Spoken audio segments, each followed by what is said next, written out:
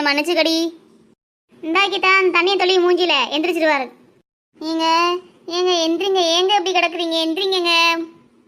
நான் எங்கே இருக்கேன்? நீங்கெல்லாம் யாரு? ஏங்க நான் நீங்க தாலி கட்டின பொண்டாட்டிங்க, என்ன கூடவா தெரியல?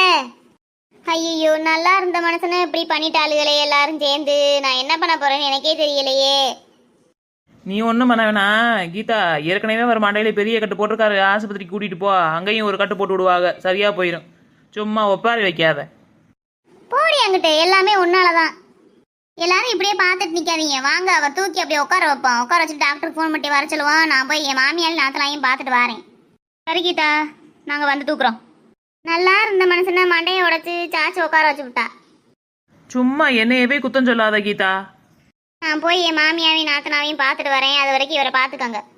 சரி கீதா, நீ போ, நான் பார்த்துக்கிறேன்.